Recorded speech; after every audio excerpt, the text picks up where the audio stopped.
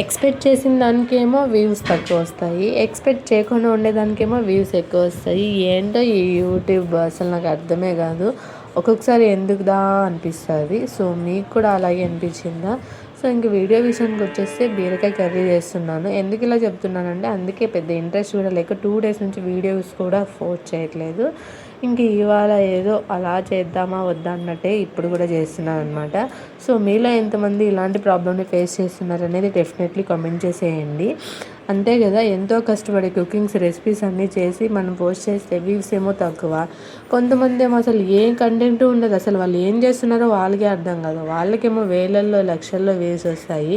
దగ్గర 2 years అయిపోయిందనమాట మనం ఛానల్ కూడా రన్ చేస్తూ. ఇంతవరకు అసలు గ్రోత్ లేకపోతే ఎట్లా అనిపిస్తుంది కదా. సో నాకు కూడా అలాగే అనిపించి ఇంక అందుకనేసి మానేద్దామా అన్నట్టు అనిపిస్తూ ఉంది. అందుకే ఈ మధ్య వీడియోస్ కూడా సరిగ్గా పోస్ట్ చేయలేదు అనమాట.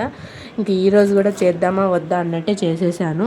ఇలాంటి ప్రాబ్లమ్స్ చాలామంది ఫేస్ చేస్తున్నారు సోషల్ మీడియాలో అని నేను అనుకుంటున్నాను. మీలో ఎంతమంది ఇలాంటి ప్రాబ్లమ్ని ఫేస్ చేస్తున్నారో డెఫినెట్లీ కామెంట్ చేసేయండి. మళ్ళీ అడగలేదు అనుకుంటారు, వెళ్తూ లైక్ అయితే ఇచ్చేసేయండి. Next the